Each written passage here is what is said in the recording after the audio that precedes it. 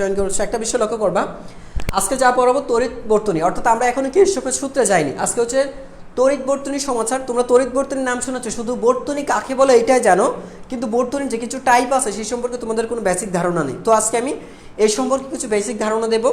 Plus হচ্ছে তোমাদের তড়িৎ কোষ সমাচার, অর্থাৎ তড়িৎ কোষ। তোমরা মানে হচ্ছে তড়িৎ চালক শক্তি সম্পর্কে ধারণা নিয়েছো, কিন্তু এই তড়িৎ চালক শক্তি দিয়ে মানে কি বা এটা প্রকারভেদ আছে কিনা, এটা কোথায় থেকে আসে, শক্তিটা উৎসটা কোথায়, সেগুলো সম্পর্কে তোমাদের ধারণা নেই। তো সেই সম্পর্কে বেসিক ধারণা দেবো। প্লাস হচ্ছে আমরা এই তড়িৎ কোষের রোধের যেমন সমবায় থাকে, ক্যাপাসিটর বা ধারকের যেমন সমবায় থাকে, ঠিক একইভাবে তোমার তড়িৎ কোষেরও সমবায় আছে, অর্থাৎ কোষ দিয়ে আমরা সমবায় তৈরি করতে পারি।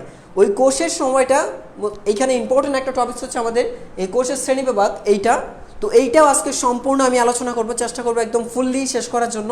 সো বেশি না, আজকে ক্লাসটা লেন্থ বেশি হবে না, কিন্তু যাই পড়াবো ইনশাল্লাহ চেষ্টা করবো খুঁটিনাটি ভেঙে পড়ানোর জন্য।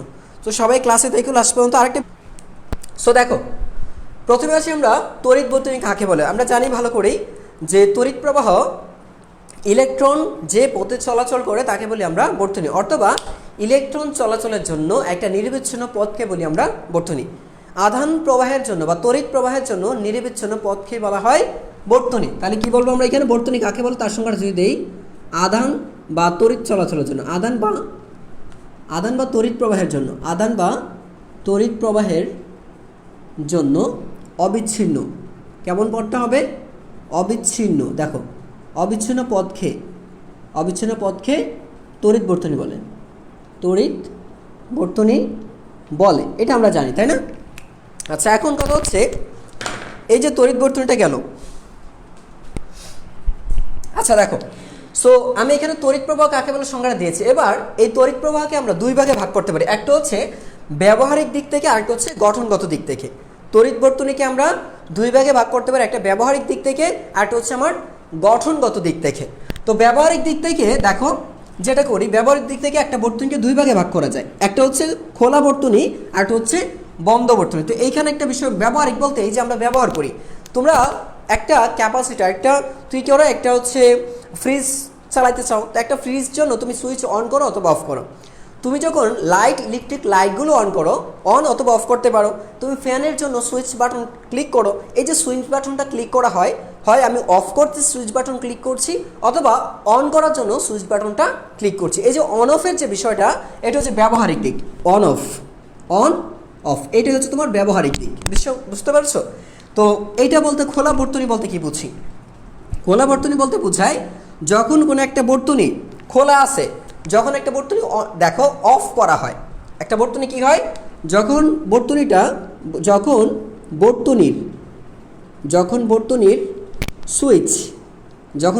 সুইচ অফ করা হয় তখন বর্তনীতে তড়িৎ প্রবাহ আচ্ছা অফ করা হয় তখন, অফ করা হয়, এই যে অফ করছি না আমরা, অফ করা হয় তখন ওই বিচ্ছিন্ন বর্তনী, ওই অফ করলে কি হয়, বিচ্ছিন্ন বর্তনী হয়ে যায়। তখন ওই বিচ্ছিন্ন বর্তনীকে খোলা বর্তনী বলে, বিচ্ছিন্ন বর্তনীকে খোলা বর্তনী বলে। তাহলে দেখো, এই যে অফ করা মানে বুঝছো, আমরা কি করি, বলি না যে ফ্যান এবার অফ করে দাও। তো ফ্যান অফ করে দেওয়া মানে কি, ফ্যান অফ করে দেওয়া মানে হচ্ছে, দেখো অফ করে দেওয়া মানে হচ্ছে সুইচটা আমরা রিভার্স ক্লিক করি, আর যখন সুইচটাকে অফ করে দেওয়া হয় তখন কি হয়ে যায়, বর্তনী ডিসকানেক্ট হয়ে যায়, বর্তনীর চাবি, সুইচ মানে কি চাবি, সুইচ বলতে কি এই যে এটা হচ্ছে কি সুইচ, এটা হচ্ছে সুইচ। তো এই সুইচটাকে যখন অফ করে দাও তখন কি হয়ে যায়, বর্তনীর যে মূল জায়গাটা সেখান থেকে বিচ্ছিন্ন হয়ে যায়, এই যে বিচ্ছিন্ন, তখন এই যে বিচ্ছিন্ন বর্তনীটা আছে, এই বিচ্ছিন্ন বর্তনীকে বলি আমরা খোলা বর্তনী। বিচ্ছিন্ন বর্তনী নামই হচ্ছে কি খোলা বর্তনী। আচ্ছা, আরেকটা বিষয় দেখো, এবার বদ্ধ বর্তনীটা কি বলা হয়, যখন বর্তনীর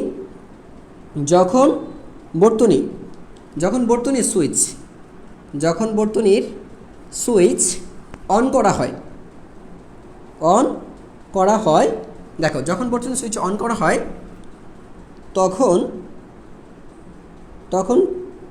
তখন অবিচ্ছিন্ন বর্তনীকে, তখন কি এই অবিচ্ছিন্ন অবিচ্ছিন্ন বর্তনীকে কি বলি আমরা? বদ্ধ বর্তনী। অবিচ্ছিন্ন বর্তনীকে বদ্ধ বর্তনী বলে। ঠিক আছে, এই অবস্থায় তো এটার এই ক্ষেত্রে তড়িৎ প্রবাহিত হয়। এই ক্ষেত্রে মনে রাখবে, এই ক্ষেত্রে তড়িৎ প্রবাহিত কি হয়? এই ক্ষেত্রে তড়িৎ প্রবাহিত হয়। আর এই বর্তনীতে কিন্তু তড়িৎ প্রবাহিত হয় না। এটা লিখে রাখো যে এই ক্ষেত্রে কি হয় না, যে তড়িৎ প্রবাহিত হয় না। এই ক্ষেত্রে মনে রাখবে, এটার ক্ষেত্রে তড়িৎ প্রবাহিত হয় না। তা কি বললাম আমরা, যে তড়িৎ বর্তনী বলতে একটা হচ্ছে আবদ্ধ পথ, আধান বা তড়িৎ প্রবাহের জন্য অবিচ্ছিন্ন পথকেই বলছি আমরা বর্তনী। আর এই বর্তনী দুইটা ভাগে ভাগ করে, একটা হচ্ছে ব্যবহারিক দিক থেকে, একটা হচ্ছে গঠনগত দিক থেকে। ব্যবহারিক দিক থেকে অন অফের বিষয়টা থাকে, যে আমরা সবসময় কীভাবে ব্যবহার করছি, বর্তনীটা অন করছি, বর্তনীটা অফ করছি, বর্তনী কখনো অন করছি প্রয়োজনে, আবার কখনো এটাকে অফ করে দিচ্ছি। এই যে অন করে দিচ্ছি বা বর্তনীটাকে আমি অফ করে দিচ্ছি, এইটার অনুসারেই বর্তনীকে দুই ভাগে ভাগ করেছি। বর্তনীটা আমরা বলি কি অফ করে দাও। অফ করে দাও মানে হচ্ছে ডিসকানেক্ট। অফ করা মানে হচ্ছে, অফ শব্দটা যে এখানে বলতে অফ মানে হচ্ছে ডিসকানেক্ট। অফ মানে হচ্ছে ডিসকানেক্ট, বুঝতে পেরেছ? Of disconnect. আর অন মানে হচ্ছে কি কানেক্ট। অন মানে হচ্ছে কানেক্টেড, ডিসকানেক্টেড, আর এটা হচ্ছে কি কানেক্টেড। আর এই ক্ষেত্রে ক্লোজড হয়। এক্ষেত্রে কি হয়? ক্লোজড। এক্ষেত্রে বর্তনীটা ক্লোজ হবে, আর এক্ষেত্রে কী হবে? ওপেন হয়ে যায়। এটাও কি ওপেন সার্কিট। দেখো যখন ক্লোজড হয় মানে হচ্ছে তুমি যখন দেখো, এবার বলছো তুমি সুইচ অন করো। সুইচ অন করো মানে কি লাগিয়ে দাও। এই যে লাগিয়ে দিলে কেমন হয়ে যাচ্ছে? পথটা কি নির্বিচ্ছিন্ন হচ্ছে। এখন আর কোনো ফাঁকা জায়গা নেই। তো যেহেতু ফাঁকা জায়গা এখানে নাই, দেখো এটাকে একদম সার্কিটটা একদম ফিল আপ। কোথাও কোনো বিচ্ছিন্ন পথ নাই। কোথাও কোনো বিচ্ছিন্ন পথ আছে? নাই। এখন বলতে পারো এইখানে যে বিচ্ছিন্ন, এইটা বিচ্ছিন্ন না, এটাকে আমরা বিচ্ছিন্ন বলি না। এটা বিচ্ছিন্ন না, এটা হচ্ছে কোষ, এটা আলাদা একটা যন্ত্র, ডিভাইস। আচ্ছা, সো অফ মানে হচ্ছে ডিসকানেক্ট, এর মানে হচ্ছে বর্তনীটা খোলা থাকবে, বিচ্ছিন্ন থাকবে, কোনো একটা অংশের মধ্যে কাটা থাকবে। বুঝতে পেরেছো? এর ভেতর দিয়ে কোনো তড়িৎ প্রবাহিত হবে না। কি হবে না? তড়িৎ প্রবাহিত হয় না। আর বদ্ধ বর্তনী মানে হচ্ছে এটা কানেক্টেড। অন করে দাও, সুইচ অন করা মানে কানেক্ট হয়ে যাওয়া মানে বদ্ধ হয়ে যাওয়া, পথটা বদ্ধ হয়ে যাবে। তাহলে একটা বিষয়কে চিন্তা করে দেখো, মানে হচ্ছে তুমি যদি ফ্যান চালাইতে চাও, তাহলে বলি কি, চালাইতে হলে বর্তনী ক্লোজ করতে হবে। সার্কিট যদি ক্লোজ না হয়, হলে বর্তনীতে তড়িৎ প্রবাহিত হবে না। তাহলে আমরা বলি অফ করে দাও। এই অফ করা মানে হচ্ছে ডিসকানেক্ট হয়ে যাচ্ছে। কোনো তড়িৎ প্রবাহিত হবে না। যখন বলছি আমি বর্তনীটাকে অন করা মানে হচ্ছে সার্কিট ক্লোজ। মাথায় রাখবা, অন। যখন তুমি সুইচ দেখো, যখন তুমি সুইচ মানে কি কে, যখন এটাকে তুমি অন করছো, তখন কি সার্কিট কী হয়ে যাবে? তখন সার্কিট হয়ে যাবে, তোমার সার্কিট হবে কি, সার্কিট ক্লোজ হবে। মাথায় রাখবা। আর এই কে চাবি যখন তুমি অফ করে দিচ্ছ, তখন সার্কিটটা কী হবে? তখন সার্কিটটা তোমার সার্কিট ওপেন হয়ে যাবে। মাথায় রাখবা, সার্কিট ওপেন মানে হচ্ছে এই বর্তনীটা তড়িৎ প্রবাহিত হবে না। আচ্ছা, যাই হোক, এবার আসি আমরা পরের পর্যায়ে। তো দেখো, এটুকু ক্লিয়ার তো সার্কিট সম্পর্কে। সার্কিটের যে এই যে প্রকারভেদটা আমি দেখালাম, যে ব্যবহারিক দিক থেকে দুই প্রকার, একটা হচ্ছে অন আর একটা হচ্ছে অফ করা মানে সার্কিটটাকে অফ করলে সার্কিটটাকে ক্লোজ মানে বিচ্ছিন্ন করে দেয়া।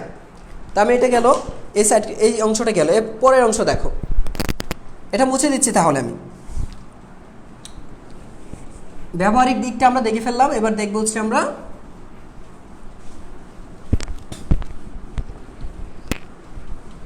এবার দেখো, তো তড়িৎ বর্তনী তো আমার এইটার মধ্যে এবার বলছি গঠনগত দিক। একটা বর্তনী যখন তৈরি করা হয় বা গঠন করা হয়, তখন কি কি ম্যাটেরিয়ালস দরকার হয়।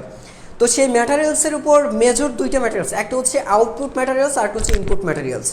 আমরা বলতে মানে হচ্ছে এক্সটার্নাল, এটা দুই ধরনের আমরা বলি। একটা হচ্ছে এক্সটার্নাল ম্যাটেরিয়ালস থাকে, এক্সটার্নাল সেটা হচ্ছে কোষ, কোষ বা ব্যাটারি, সেটা হচ্ছে কি কোষ, ব্যাটারি বা উৎস। এটা হচ্ছে কি এক্সটার্নাল, এটা হচ্ছে ইন্টারনাল, আর এক্সটার্নাল হচ্ছে তোমার এক্সটার্নাল যেটা থাকে সেটা হচ্ছে তোমার রোধ। অবশ্যই এটা বহির্বর্তন রোধ থাকতে পারে, বাল্ব তারপর হচ্ছে ফ্যান, বাল্ব, ফ্যান, তারপর হচ্ছে তোমার থাকতে পারে হচ্ছে তোমরা যে ফ্রিজ, এগুলোকে কোথায়, এটা বহির্বর্তনীয় অংশ, ফ্রিজ, টেলিভিশন, যা যা ব্যবহার করো, ঠিক আছে। তারপর ক্যাপাসিটর, এখানে হতে পারে তোমার ক্যাপাসিটর হতে পারে, ক্যাপাসিটর থাকতে পারে। তারপর হচ্ছে তোমার হচ্ছে ফিউজ, আমরা ফিউজ ব্যবহার করি, এগুলো কি ফিউজ, ফিউজ ব্যবহার করি। তারপর হচ্ছে কাটার মানে যে মানে আরও অনেক কিছু আছে। তো এক্সটার্নাল অংশগুলো হচ্ছে এইগুলো এক্সটার্নাল। এখন বিষয়টা হচ্ছে এখানে তুমি ভালো করে দেখো, এই যে বর্তনীটা তুমি দেখতে পাচ্ছ, এটা হচ্ছে একটা বর্তনী। এর মধ্যে আমার এক্সটার্নাল অংশটা হচ্ছে এই যে দেখতে পাচ্ছ, এইখান থেকে শুরু করে এই যে অংশটা মানে হচ্ছে এই থেকে শুরু করে এই টোটালটা হচ্ছে আমার এক্সট্রা, এটা হচ্ছে ইন্টারনাল, এটা হচ্ছে কি ইন্টারনাল ব্যাটারি বা কোষের। ইলেকট্রিক্যাল পয়েন্টকে মাথায় রাখবা, ইলেকট্রিক্যাল পয়েন্ট কোথায় জানো, এই যে পয়েন্টটা দেখতে পাচ্ছ, এই পয়েন্ট আর এই পয়েন্ট, এই পয়েন্টটাকে তুমি যত দূর পর্যন্ত না বাধার সম্মুখীন হচ্ছ, ইলেকট্রিক্যাল পয়েন্ট, আমি অ্যাগেন বলছি electrical point, it's not geometrical point. তো এই ক্ষেত্রে মাথায় রাখতে হবে ইলেকট্রিক্যাল পয়েন্টটা কি। দেখো ইলেকট্রিক্যাল পয়েন্ট, ইলেকট্রিক্যাল পয়েন্ট তোমরা যারা জানো, আরেকটা হচ্ছে কি জিওমেট্রিক্যাল পয়েন্ট,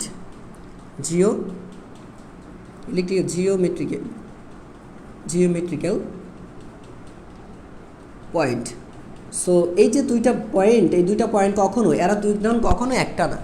তুমি যদি দেখো এখানে, তুমি দেখো এই যে ধরো যে এখানে তুমি তো পি দিলে, এখানে দিলে তুমি কিউ, তাহলে আমি যদি বলি পি এফ সবগুলি হচ্ছে এখানে তোমার জিওমেট্রিক্যাল পয়েন্ট।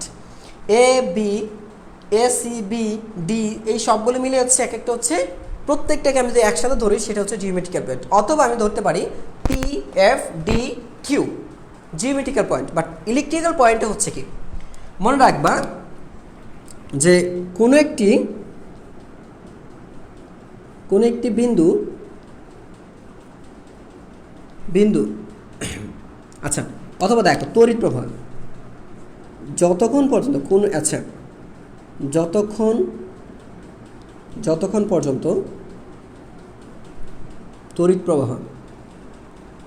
প্রবাহ বা আধানের প্রবাহ, তড়িৎ প্রবাহ বা আধান প্রবাহ কোনো উপাদান কর্তৃক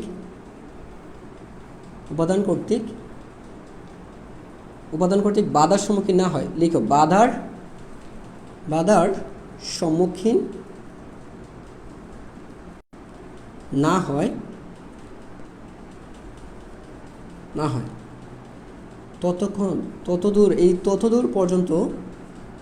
ততদূর পর্যন্ত বিস্তৃত বিন্দুটি হচ্ছে এখানে, বিস্তৃত বিন্দুটি হচ্ছে ইপি, বুঝতে পেরেছো? বিস্তৃত বিন্দুটি হচ্ছে কি ইপি, ততদূর পর্যন্ত বিস্তৃত বিন্দুটি ইপি। তাহলে একটু ভালো করে লক্ষ্য করে দেখো, এই যে দেখো আমি যদি এটাকে ইলেকট্রিক্যাল পয়েন্ট হিসেবে কাউন্ট করি, এই যে এটা ই, ধরো এখানে আমি দিলাম হচ্ছে, ধরো এখানে দিলাম আমি এক্স, এটা কি দিলাম এক্স। এই এক্স দেখো এই দিকে আসার সময় কোনো বাধা পাচ্ছে, কোনো বাধাও পাচ্ছে না। তাহলে দেখো কোনো বাধা পাচ্ছে, কোনো বাধা নাই, কোনো উপাদান নাই। যেই না এখানে গেছে একটা রোধ পাচ্ছে, রোধ মানে কি উপাদান, কোনো একটা উপাদান দ্বারা বাধা পাচ্ছে। তাহলে এই যে পয়েন্টটা একদম এই পয়েন্ট পর্যন্ত এই টোটাল হচ্ছে এক্স, এই টোটাল হচ্ছে কি এক্স। আবার এইদিকে আসো তুমি, ব্যাটারির এইটা কি একটা বাধা, এই প্রান্ত থেকে ওই প্রান্ত গেলে ব্যাটারি নিজেও তো একটা বর্তনীর উপাদান, তাই না? তাহলে ব্যাটারি যেহেতু নিজে একটা উপাদান, তাহলে এইটা ক্রস করে যখন ইলেকট্রনটা এখানে আসে তখন বিন্দুর পরিবর্তন হবে, তখন বাধার সম্মুখীন হইতে হবে, কারণ একটা ব্যাটারির ভেতরেও রোধ থাকে, বাধা পেতে হয়। তাহলে তোমার এইটার মধ্যে আরেকটা বিন্দু ধরো হচ্ছে ওয়াই, এটা কি ওয়াই।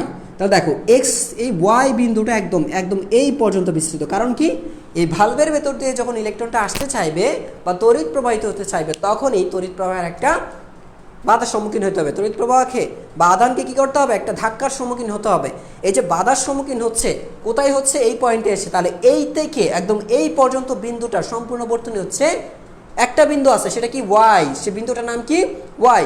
এইটা হচ্ছে তোমার electrical point. But geometrical point যদি বলো, তাহলে ওয়াই ডি কিউ বি সবগুলো মিলে হচ্ছে একটা চারটা পয়েন্ট আছে এখানে, এটা জিওমেট্রিক্যাল পয়েন্ট। এই চারটা মিলে হচ্ছে জিওমেট্রিক্যাল পয়েন্ট। তাহলে দেখো আমি এখানে বলি জিওমেট্রিক্যাল পয়েন্ট একটু ভালো করে দেখো। এই দেখো জিওমেট্রিক্যাল পয়েন্ট হচ্ছে তোমার এখানে যদি ধরো ওয়াই ডি, তারপর হচ্ছে কিউ বি পর্যন্ত একটা, এই চারটে পুরোটাই একটা জিওমেট্রিক্যাল, কিন্তু এই পুরোটা মিলে একটা কাজ করবে ইলেকট্রিক্যাল পয়েন্ট, সেটা হচ্ছে ওয়াই, শুধুমাত্র ওয়াই। যেই সম্পর্কটা মিলে, যেহেতু আমি এই থেকে এই পর্যন্ত ধরেছি, একটা পয়েন্ট আছে, কারণ এই জায়গার মধ্যে কোনো বাধার সম্মুখীন হয় নাই, তাই এটা একটা বিন্দুই থাকবে, এইটা হচ্ছে ইলেকট্রিক্যাল পয়েন্ট বা জিওমেট্রিক্যাল পয়েন্ট বলে। E Y D Q V, এখানে 4টা পয়েন্ট আছে, যেহেতু ডিনোট করেছি আমি 4টা অক্ষর দিয়ে, এই সবগুলো অক্ষর মিলে হচ্ছে এখানে 4টা জিওমেট্রিক্যাল পয়েন্ট আছে, বাট ইলেকট্রিক্যাল পয়েন্ট আছে মাত্র একটা। Similarly X F P Q, X F geometrical point যদি বলি, দেখো X F P Q, P Q X F P A, আচ্ছা এক্স এফ পি এ, এটা হচ্ছে তোমার জিওমেট্রিক্যাল পয়েন্ট এইভাবে ধরতে গেলে। কিন্তু ইলেকট্রিক্যাল পয়েন্ট হলে শুধু এক্স, কারণ এইখান থেকে সম্পূর্ণ বর্তনী ঠিক এই পর্যন্ত আসতে কোনো বাধার সম্মুখীন হয়নি। যেহেতু এইখান থেকে ঠিক এই পর্যন্ত আসতে কোনো বাধার সম্মুখীন হয়নি, তাই এইটা হচ্ছে ইলেকট্রিক্যাল পয়েন্ট এবং একটা পয়েন্ট। তাহলে এই বর্তনীতে সর্বোচ্চ পয়েন্ট কয়টা আছে জানো? ইলেকট্রিক্যাল পয়েন্ট আছে 2টা, আর জিওমেট্রিক্যাল পয়েন্ট হিসাব করতে গেলে অনেকগুলো। বাট মাথায় রাখবা, তুমি এখন কোথায় আসো? চলতরিতে আসো। চলতরিতে জিওমেট্রিক্যাল পয়েন্ট না কাউন্ট করতে হবে ইলেকট্রিক্যাল পয়েন্ট। মাথার মধ্যে ঢুকায় নাও, তুমি জিওমেট্রিক্যাল পয়েন্ট ব্যবহার করে ইলেকট্রিক্যাল ম্যাথ সলভ করতে পারবা না। এখানে সার্কিট সলিউশন করতে গেলে তোমার লাগবে হচ্ছে ইলেকট্রিক্যাল পয়েন্ট। চিন্তা শক্তিটা কোথায় ঢোকাও? জিওমেট্রিক্যাল পয়েন্ট টু ট্রান্সফার করো এবার তুমি ইলেকট্রিক্যাল পয়েন্ট, অর্থাৎ জিপি টু ইপিতে কনভার্ট করতে হবে তোমাকে এবার। সো এটা মাথায় রাখো, এটা clear? Electrical point most important একটা পয়েন্ট, সবাই কি বুঝছো? এইটা যে জানবা তার জন্য অনেক বর্তনী সহজ হয়ে যাবে।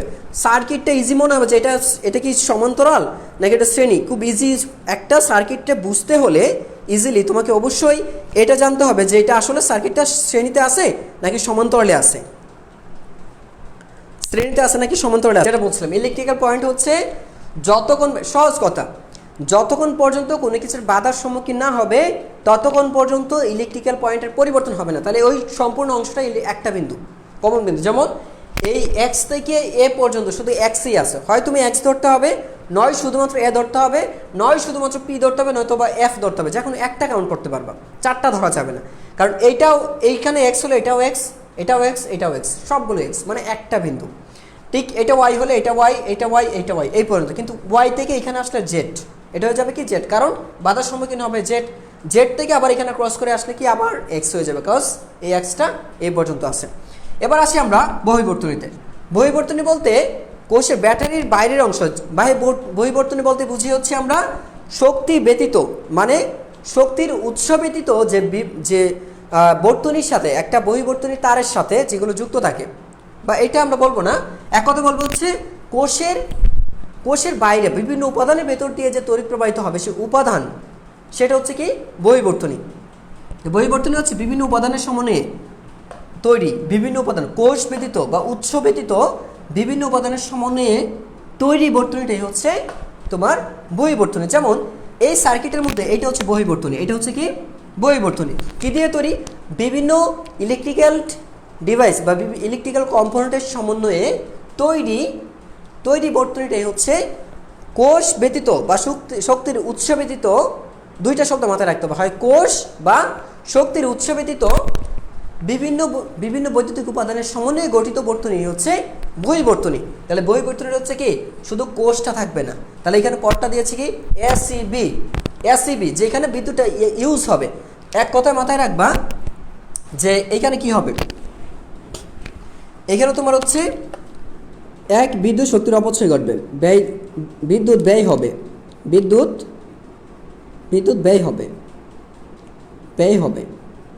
এই পথে বিদ্যুৎটা ব্যয় হবে কারণ খরচ হবে, ঠিক আছে? এই পথে কি হবে, এবং এই পথে কি হবে, ব্যয় হবে। কেন? কারণ এখানে কি বাইরের আধানগুলি কি হবে, আধানগুলি কি করবে, বাধার সম্মুখীন হবে,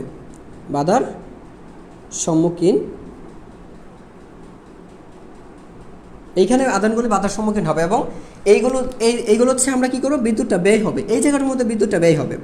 কজ একটা ফ্যান চলবে বা একটা বাল্ব জ্বলবে, একটা আয়রন মেশিন ইউজ করছো অথবা তুমি ওয়াশিং মেশিন ইউজ করছো, এই যে ওয়াশিং মেশিন ইত্যাদি যেগুলো, এই সবগুলো হচ্ছে তোমার বহির্বর্তনীর অংশ। আর এই যেখান থেকে বিদ্যুৎটা তৈরি হচ্ছে এইটা কি অন্তর্বর্তনী, মানে কি কোষের সমন্বয়ে গঠিত, শুধুমাত্র কোষ এবং কোষের অভ্যন্তরীণ বিষয়গুলো নিয়ে হচ্ছে অন্তর্বর্তনী। আমি আবারও বলছি, কোষ বা শক্তির উৎস এবং শক্তির উৎসের মধ্যে বিদ্যমান বিভিন্ন উপাদানের সমন্বয়ে গঠিত বর্তনী হচ্ছে অন্তর্বর্তনী। তাহলে এটা কি হবে, এইখানে থাকবে হচ্ছে কোষ নিজে থাকবে বা শক্তির উৎস, অথবা কি উৎস থাকবে নিচে, আর এখানে কি বিদ্যুৎটা, এখানে বিদ্যুৎ উৎপন্ন হবে, এখানে কি হবে, বিদ্যুৎ উৎপন্ন হবে, বিদ্যুৎ উৎপন্ন হবে। এর ভেতরে কি থাকতে পারে, অভ্যন্তরীণ রোধ থাকে, এর ভেতরে কি থাকে, অভ্যন্তরীণ রোধ থাকে, মাথায় রাখবে। আর এইটার ভিতরে যেটা থাকবে এর থাকে বহিরোধ থাকে, এটা হচ্ছে পরিবাহী রোধ থাকবে। এখানে কি থাকে, এখানে থাকে হচ্ছে পরিবাহী রোধ থাকবে, পরিবাহী রোধ, বিভিন্ন উপাদান থাকবে, পরিবাহী রোধ সহ বিভিন্ন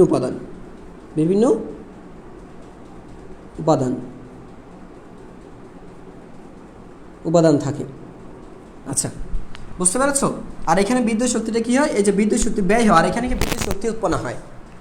তাহলে এইটুকু মাথায় রাখবা। বহির্বর্তনী, এটা হচ্ছে আমার অন্তর্বর্তনীর অংশ, আর এটা হচ্ছে আমার বহির্বর্তনীর অংশ। তাহলে এই যে তোমরা ফিউজ তোমরা যেমন ধরো এই যে রোধ, এই যে রোধটা ব্যবহার করছো, অথবা এই যে রোধটা ব্যবহার করছো, এটা কি, এটা হচ্ছে তোমার জানো কোন রোধ। তারপর যে ফিউজ ব্যবহার করো, ফিউজ ব্যবহার করো, তারপর তোমরা জানো যে বাল্ব ব্যবহার করো, তারপর যে তোমরা কি বাল্ব, এই যে এগুলো সবই হচ্ছে কি ক্যাপাসিটর, বাল্ব, আচ্ছা ক্যাপাসিটর না, এটা বাদ দিয়ে দিচ্ছে আপাতত।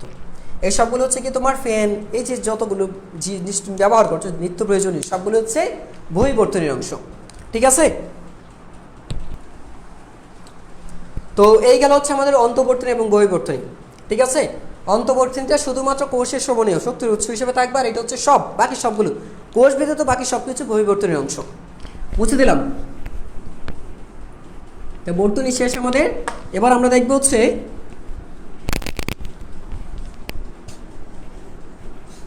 এবার দেখি কোষ সমাচার। কোষ বলতে কোষ, তো আমরা যদি কোষের ক্ষেত্রে দেখি, কোষ কি, দেখো কোষ, তো কোষ বলতে আমরা যেটা বুঝি সেটা হচ্ছে কি, যে নিরবিচ্ছিন্ন বিদ্যুৎ বজায় রাখার জন্য, হ্যাঁ, শক্তির উৎসকে বলে কি আমরা কোষ।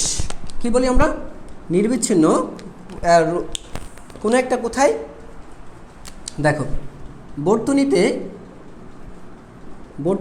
নিরবিচ্ছিন্ন বর্তনীতে নিরবিচ্ছিন্ন তড়িৎ প্রবাহ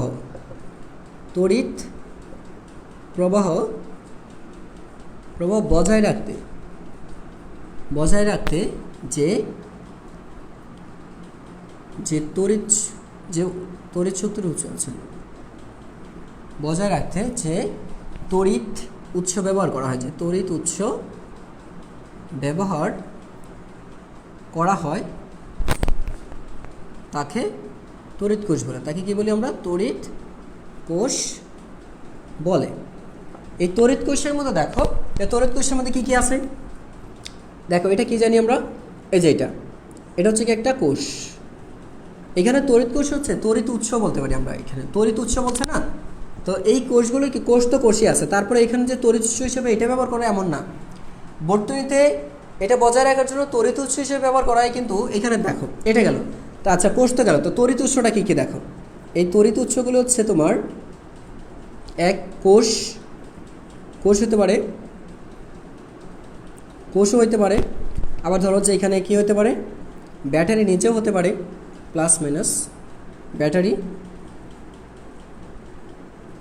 হতে পারে। তারপরে কি হতে পারে তোমার, তারপর ডাইনামো হতে পারে, ডাইনামো হতে পারে। তারপর জেনারেটর হতে পারে, এসবগুলো হচ্ছে কি শক্তির উৎস, তাই না? মোটর, তোমরা জানো এই মোটরও হতে পারে, এগুলোকে শক্তির উৎস হিসেবে ব্যবহার করি আমরা। মোটর বা ডাইনামোতে একই জিনিস ব্যবহার করতে পারি, পার্সোনাল নোট দিলে। আচ্ছা দেখো, তো নিরবিচ্ছিন্ন তড়িৎ প্রবাহ বজায় রাখতে, এখানে লিখবো হচ্ছে বজায় রাখতে, নিরবিচ্ছিন্ন তড়িৎ প্রবাহ বজায় রাখতে তড়িৎ উৎস ব্যবহার করতে, আচ্ছা যে তড়িৎ উৎস ব্যবহার করা হয় তাকে তড়িৎ কোষ বলে। এই তড়িৎ কোষটা দেখো, তড়িৎ কোষের প্রকারভেদ। সাধারণত তড়িৎ কোষ যেটা করি আমরা, তড়িৎ কোষটাকে আমরা দুই ভাগে ভাগ করি। একটা হচ্ছে তোমার প্রাইমারি তড়িৎ কোষ, আরেকটা হচ্ছে তোমার সেকেন্ডারি। এই সেকেন্ডারি বলা যায়, আরেকটা স্ট্যান্ডার্ড আছে, আরেকটা হচ্ছে স্ট্যান্ডার্ড তড়িৎ। দেখো সাধারণত এখানে স্ট্যান্ডার্ড সেল, একটা হচ্ছে প্রাইমারি সেল, একটা হচ্ছে স্ট্যান্ডার্ড সেল, একটা হচ্ছে তোমার তিন প্রকার, অর্থাৎ তিনভাবে ভাগ করা যায়। তড়িৎ কোষকে আমরা তিন ভাগে ভাগ করতে পারি। তো এইখানে যে প্রাইমারি তড়িৎ কোষটার যেটা কাজ আর কি মনে রাখবা, প্রাইমারি তড়িৎ কোষের কাজ হচ্ছে তোমার, এটা রাসায়নিক শক্তিকে, দেখো এটা কেমিক্যাল এনার্জিতে এই যে কেমিক্যাল এনার্জিতে থাকবে, এই কেমিক্যাল এনার্জি টু কনভার্ট করবে কিসে? ইলেকট্রিক্যাল এনার্জিতে। কেমিক্যাল এনার্জি টু কী করবে? Electrical energy. কাজ হচ্ছে এটা।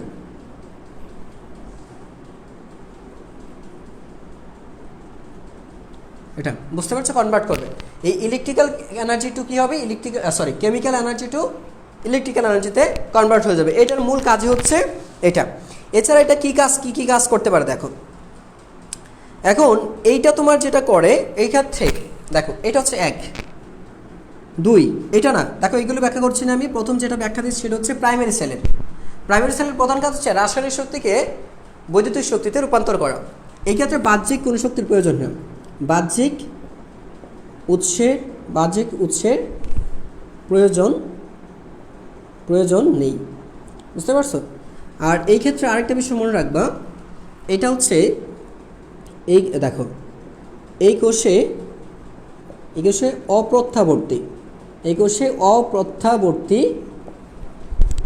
রাসায়নিক বিক্রিয়া ঘটে। অপ্রত্যাবর্তী রাসায়নিক বিক্রিয়া ঘটে। আচ্ছা, আরেকটা বিষয় হচ্ছে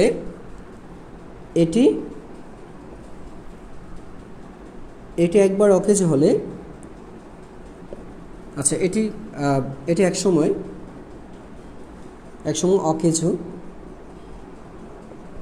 অকেজ হলে তার সম্পূর্ণ উপাদান, তার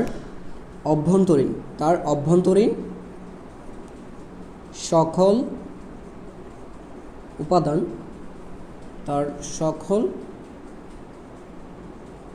উপাদান পরিবর্তন করে ব্যবহারযোগ্য করা যায়, অন্যথায় বাতিল হয়ে যায়। এই হচ্ছে এই কোষের বৈশিষ্ট্যটা। একটা প্রাইমারি সেলের যে বৈশিষ্ট্যগুলো থাকে, এর প্রধান কাজ হচ্ছে তোমার কেমিক্যাল রাসায়নিক শক্তিটাকে, ভেতরে যে রাসায়নিক শক্তি সঞ্চিত থাকে সেই শক্তিটা কী হবে? বৈদ্যুতিক শক্তিতে কনভার্ট হয়ে যাবে। যখন কনভার্ট হবে, এই কনভার্টের জন্য বাইরে থেকে কোনো শক্তির সাহায্য নিতে হবে না, বাইরে থেকে শক্তি নিয়ে সে কাজ করবে না, সে তার ভেতরে রাসায়নিক বিক্রিয়া ঘটাবে, এই রাসায়নিক বিক্রিয়া ঘটিয়েই সে রাসায়নিক শক্তিটাকে বিদ্যুৎ শক্তিতে কনভার্ট করে ফেলে।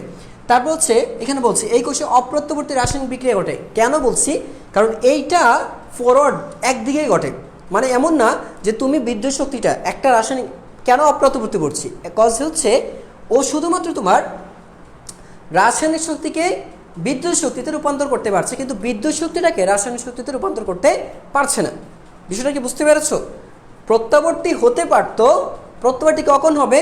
যখন দেখা যায় কোনো একটা কোষ সে কি করতে পারছে, সে তার ভেতর রাসায়নিক বিক্রিয়া ঘটিয়ে সে রাসায়নিক শক্তিকে বিদ্যুৎ শক্তিতে নিয়ে যাচ্ছে, আবার বিদ্যুৎ শক্তিটাকে রাসায়নিক শক্তিতে কনভার্ট করে ফেলছে। যদি এমন ঘটনা ঘটানো যেত এই কোষটাতে, তখন এই প্রাইমারি কোষটাকে আমি বলতে পারতাম এই যে বিক্রিয়াটা ঘটে সেটা হচ্ছে একটা প্রত্যাবর্তী বিক্রিয়া। যেহেতু এটা রিভার্স করতে পারে না, এই জন্য এটা হচ্ছে ইরিভার্সিবল, অথবা আমরা বলি এটাকে অপ্রত্যাবর্তী বিক্রিয়া। আচ্ছা, তারপর দেখো আরেকটা বিষয় এখানে বলছি,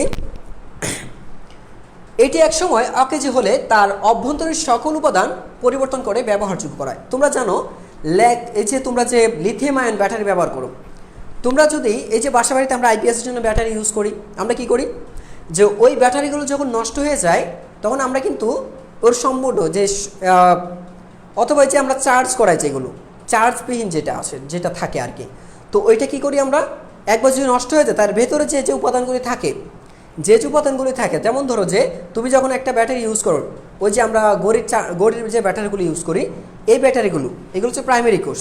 কারণ এইগুলো যদি আমি ব্যবহার করতে চাই তাহলে কি করতে হয়, এর ভেতরে যা উপাদান আছে, উপরে যে ধাতব খণ্ডটা থাকে, তোমার হাতে একটা ব্যাটারি নিতে পারো, যে গড়ির ব্যাটারিটা, দেয়াল গড়ির যে ব্যাটারিগুলি থাকে, ওই ব্যাটারিটা হাতে নাও, নিয়ে তুমি এবার উপরে যে এটা আছে, উপরে যে জিঙ্কের পাতটা আছে সেটা বাদ দিয়ে দিলে ভেতরে যে অংশটা থাকবে, কভারের পরে যে ভেতরে যে দেখবে যে কালো কার্বন থাকবে, কার্বন ডাইঅক্সাইড থাকবে, জিঙ্ক অক্সাইড থাকবে, তারপর হচ্ছে অ্যামোনিয়াম থাকে, তাই না, একটা থাকে, খুব সম্ভবত হচ্ছে তোমার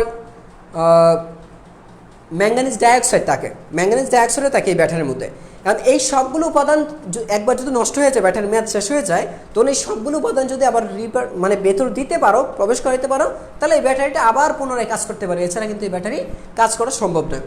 আচ্ছা, তারপর আসে দেখো, তাহলে এটা গেল আমার উদাহরণ হিসেবে আমরা কী কী দিতে পারি। দেখো, উদাহরণ হিসেবে তুমি দিতে পারো হচ্ছে ল্যাকল্যান্ড স্কেল, এলসি, তারপর হচ্ছে ডিসি। দেখো এখানে কি দিলাম, এলসি ডিসি। এলসি ডিসি বলতে কি বলছি, একটা হচ্ছে ল্যাকল্যান্ড স্কেল, ল্যাকল্যান্ড স্কেল, আরেকটা হচ্ছে তোমার হচ্ছে ড্যানিয়েল স্কেল, ড্যানিয়েল কোষ। এটা হচ্ছে কি এলসি আছে, ল্যাকল্যান্ড সেল বা কোষ। আরেকটা হচ্ছে তোমার হচ্ছে ড্যানিয়েল কোষ, ড্যানিয়েল কোষটাও ড্যানিয়েল কোষ হতে পারে। আচ্ছা, তারপর আরেকটা কোষের নাম আছে, সেটা হচ্ছে তোমার বলা যায় হচ্ছে আচ্ছা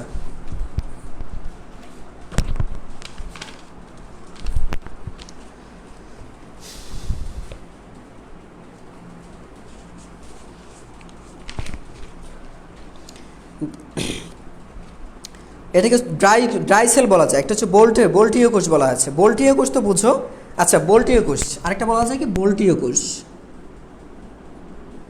বোল্টীয় কোষ। তারপর আছে কি বললাম এখানে, শুষ্ক কোষ, শুষ্ক বা ড্রাই কোষ, ড্রাই সেল, শুষ্ক বা ড্রাই সেল। এই যে কোষগুলো সবগুলো হচ্ছে তোমার প্রাইমারি কোষ, এই সবগুলো হচ্ছে প্রাইমারি কোষ। আচ্ছা, তো এই গেল হচ্ছে আমাদের প্রাইমারি সেল সম্পর্কে ধারণা। এবার আমরা দেখবো হচ্ছে সেকেন্ডারি সেল সম্পর্কে ধারণা নেব। তো প্রাইমারিটা শেষ, এবার দেখো সেকেন্ডারি। আমি কিন্তু বলছি তড়িৎ কোষ 3 প্রকার, 2 প্রকার না, 3 প্রকার তড়িৎ কোষ আছে। যদিও একটা ব্যবহার করা হয় না, প্রধানত 2 প্রকার, কিন্তু 3 প্রকার, প্রধানত 2 প্রকার। আচ্ছা, তোমার বইয়ে 2টার বেশি নাই, 2টাই দেওয়া আছে, কিন্তু মেইন কিন্তু এটা 3 ধরনের সেল আছে। এবার দেখো হচ্ছে তোমার সেকেন্ডারি কোষ, এর কাজ সেম, হচ্ছে ইলেকট্রিক্যাল এনার্জিতে, এটা কি করতে পারে তোমার কেমিক্যাল এনার্জি থেকে ইলেকট্রিক্যাল এনার্জিতে কনভার্ট করতে পারে। আবার এটা তুমি চাইলে, আমি শর্ট ফর্মে যদি লিখি, ও আবার কি করতে পারে, এই EE2 থেকে সিতে কেমিক্যাল এনার্জিতে কনভার্ট করতে পারে, মানে 2টাই পারে ও। দেখো, এ রাসায়নিক শক্তিকে প্রাথমিকভাবে যেটা করে, মানে সে হচ্ছে প্রাথমিকভাবে সে রাসায়নিক শক্তিকে ইলেকট্রিক্যাল শক্তিতে কনভার্ট করে, পুনরায় সে রিভার্সিবল বিক্রিয়া, মানে হচ্ছে তোমরা জানো একটা রিভার্সিবল আর একটা হচ্ছে ইরিভার্সিবল বিক্রিয়া। দেন সে রিভার্সিবল বিক্রিয়া করার মাধ্যমে, যেহেতু প্রত্যাবর্তী প্রক্রিয়া এখানে ঘটবে, এই জন্য সে কী করতে পারে, ইলেকট্রিক্যাল এনার্জিকে পুনরায় সে তোমার কেমিক্যাল এনার্জিতে কনভার্ট করতে পারে। এই ক্ষেত্রে তোমার অবশ্যই বাহ্যিক উৎসের প্রয়োজন। এই ক্ষেত্রে কী লাগবে, সে একটা শক্তিশালী বাহ্যিক উৎস নিতে হয়, একটা শক্তিশালী বাহ্যিক উৎসের প্রয়োজন। আবারও বলছি, শক্তিশালী, এটা লিখে রাখতে পারো যে অবশ্যই শক্তিশালী হতে হবে। উৎসটা কী হবে, শক্তিশালী উৎস দরকার। এক্ষেত্রে শক্তিশালী উৎস দরকার, মানে হচ্ছে যে কোষটা ব্যবহার করছে সেই কোষের চেয়েও বেশি শক্তিশালী একটা মানে বাহ্যিক একটা উৎসের দরকার। তাহলে এই বাহ্যিক শক্তির প্রয়োজন বা বাহ্যিক শক্তির সাহায্যে এখানে তোমার এই কাজটা সম্ভব। আচ্ছা, এই কোষে প্রত্যাবর্তী ঘটবে, কি ঘটবে, এই কোষে একটা প্রত্যাবর্তী রাসায়নিক বিক্রিয়া ঘটবে, প্রত্যাবর্তী প্রক্রিয়া সম্পর্কিত হবে। এটি একসময়, এটা সবসময় ব্যবহার করা যায়, এটা কি করা যায়, সর্বদাই ব্যবহার করা যাবে। কেন ব্যবহার করা যাবে বুঝতেই তো পারছো, কারণ এটা প্রত্যাবর্তী প্রক্রিয়া।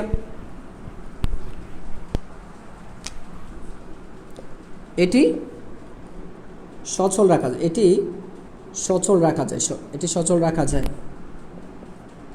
বাহ্যিক শক্তির উৎস, বাহ্যিক শক্তির উৎস ব্যবহার করে আহিতকরণ প্রক্রিয়ার মাধ্যমে,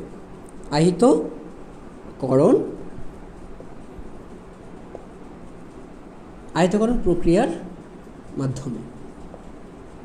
দেখো, তাহলে এই প্রসেসটাকে তুমি চাইলেই ধরে রাখতে পারবা। কেন ধরে রাখতে পারবা, যে তুমি কিন্তু প্রথমে যেটা রাসায়নিক বিক্রিয়া ঘটাও, তুমি কিন্তু রাসায়নিক বিক্রিয়া ঘটিয়ে তুমি এই কেমিক্যাল এনার্জিটাকে কী করছো, ইলেকট্রিক্যাল এনার্জিতে কনভার্ট করছো, ইলেকট্রিক্যাল এনার্জিতে। আচ্ছা, কিন্তু তুমি এটা হচ্ছে রাসায়নিক, এখানে কি ঘটে, এটা কিন্তু রাসায়নিক প্রসেসের মাধ্যমে হয়। আচ্ছা, কিন্তু আহিতকরণের মাধ্যমে, তুমি যে আহিতকরণের মাধ্যমে এই প্রক্রিয়াটা বজায় রাখতে পারো, পরবর্তীতে আহিতকরণ প্রক্রিয়ার মাধ্যমে এটা বজায় রাখতে পারো। কিন্তু তুমি চাইলে সেটাকে আবার রিভার্সও করাইতে পারো। আবার চাইলে কী করতে পারো, তুমি এটাকে এই তোমার ইলেকট্রিক্যাল এনার্জিকে তুমি চাইলে তুমি মেকানিক্যাল এনার্জিতেও কনভার্ট করতে, কেমিক্যাল এনার্জিতেও কনভার্ট করতে পারো। আচ্ছা, সো যাই হোক, পরেরটা দেখো। লাস্টে হচ্ছে আমার secondary standard cell, sorry standard cell. এটা হচ্ছে আদর্শ কোষ, এটাকে বলি একটা, এই যে কোষটা এটার নাম কি? আদর্শ কোষ। আদর্শ কোষ। আচ্ছা, এর আগে আদর্শ কোষটা লেখার আগে এইটার যে এগুলো আছে লিখো। এটাকে কিন্তু এটাকে সঞ্চয়ী কোষ বলা হয়। এটাকে কি বলা হয়? এর নাম আছে একটা, এর হচ্ছে সঞ্চয়ী কোষ বলা হয়। কি বলা হয়? সঞ্চয়ী কোষ বলা হয়।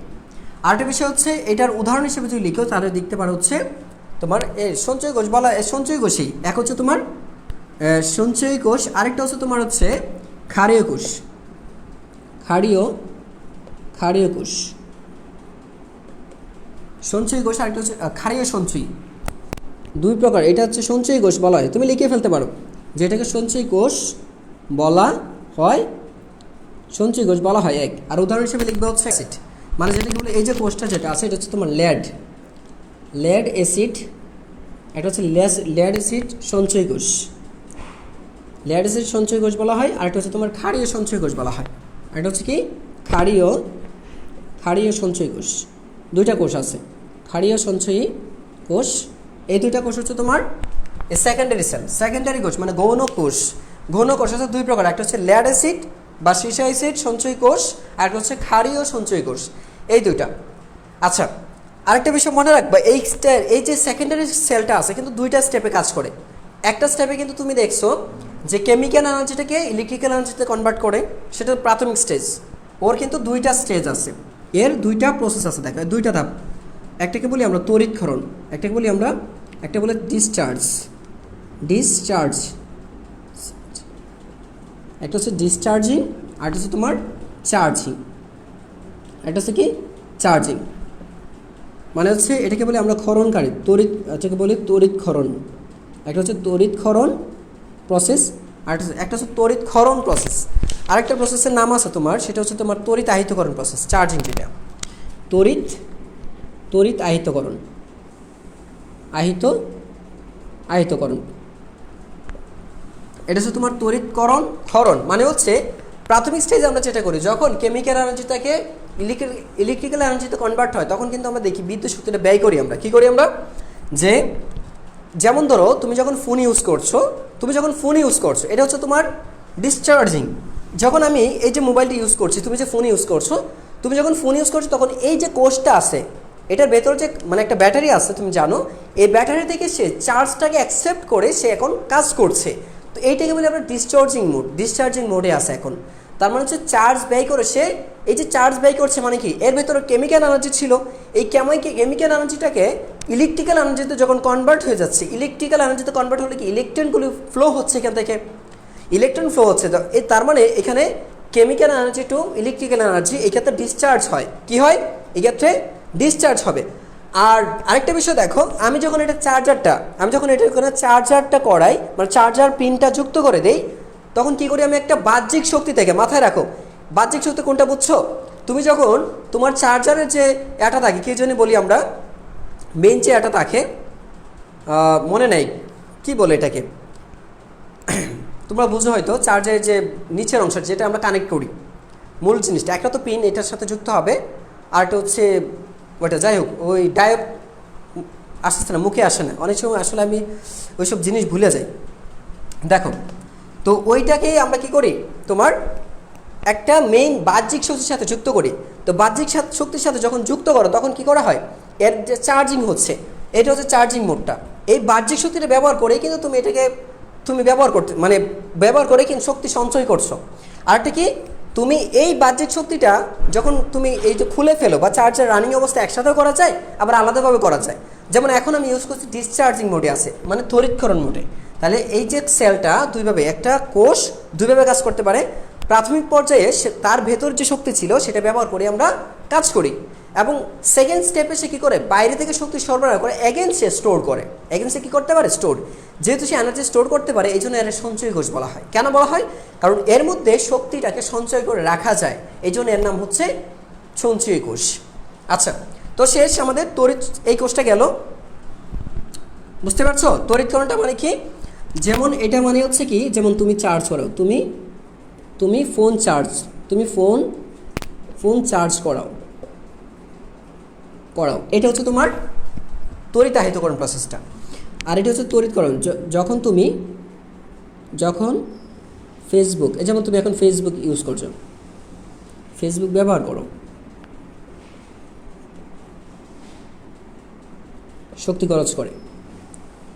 শক্তি খরচ, আর এখানে কি তুমি যখন করো তখন শক্তি কি হয়, সঞ্চয় হয়। তখন কি শক্তিটা সঞ্চয় হয়। তুমি যখন ফোন চার্জ করো তখন শক্তি সঞ্চয় হচ্ছে, এটা হচ্ছে তোমার চার্জিং মোড বা এর সেকেন্ড স্টেপ। আর এটা তুমি যখন ফেসবুক ইউজ করছো তখন কি করছো, তুমি শক্তি ব্যবহার করছো, ফেসবুক ব্যবহারের সময় তুমি ফোনের শক্তিটা ব্যবহার করছো, এটা হচ্ছে ডিসচার্জিং। তো মুছে দিচ্ছি এটা।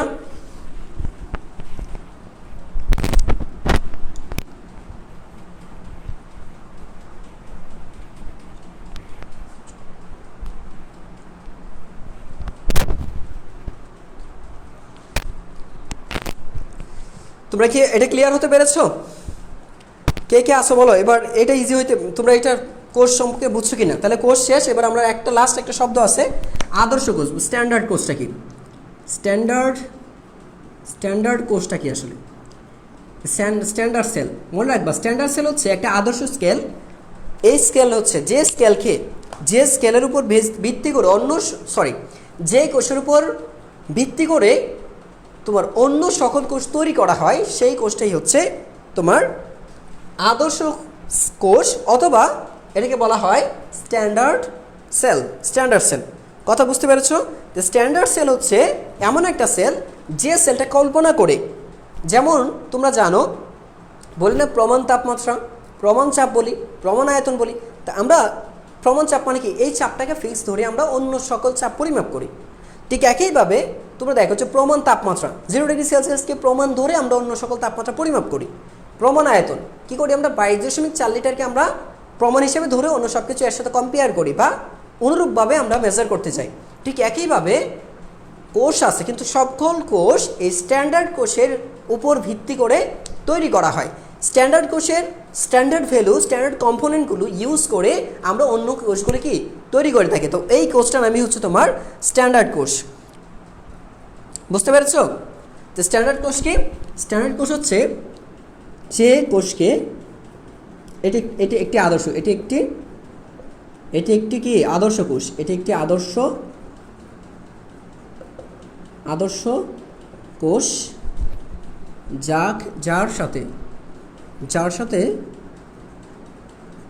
যার সাথে তুলনা করে অন্য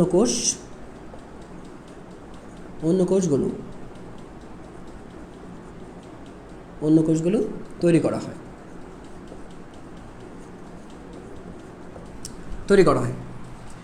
এই কোষে এটা মাথায় রাখবা, এই কোষে 20 ডিগ্রি সেলসিয়াস তাপমাত্রায়, এই কোষের 20 ডিগ্রি সেলসিয়াস তাপমাত্রায় তড়িৎচালক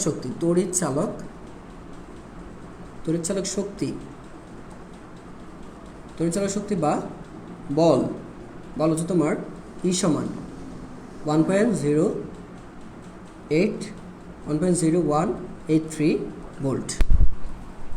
এটা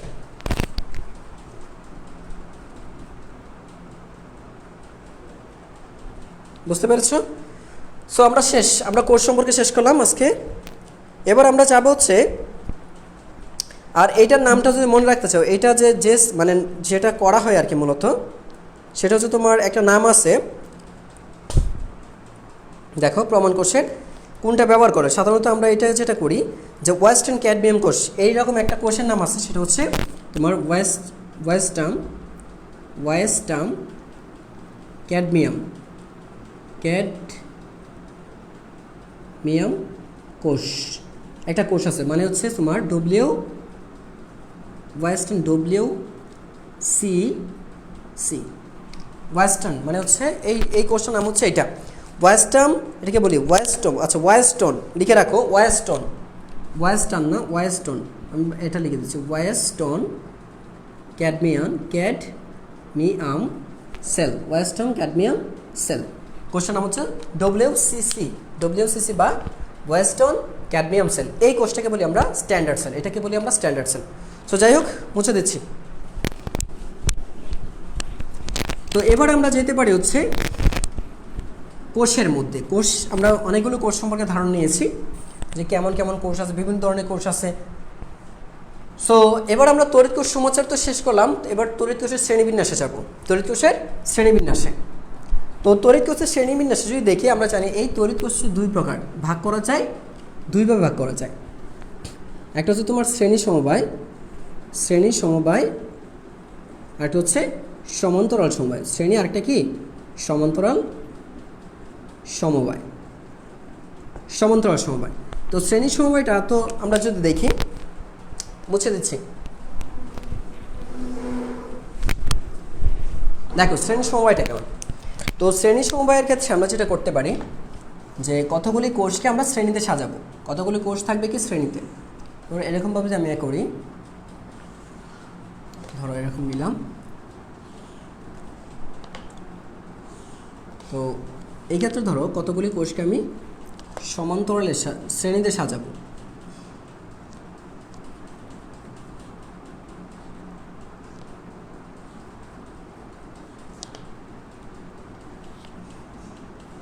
তাহলে এই যে একটা কোষ নিলাম, এটার ধরো যে ই, তারপর এইখানেও ধরো যে এটারও ই, এটারও ধরো যে ই, আর এটা যে অভ্যন্তরীণ রোধ সেটা হচ্ছে এটা, অভ্যন্তরীণ রোধ হচ্ছে এটা। এখানে মনে রাখবা আর হচ্ছে এখানে একটা অভ্যন্তরীণ রোধ, আরটা কি এখানে, আরটা হচ্ছে একটা অভ্যন্তরীণ রোধ। আচ্ছা,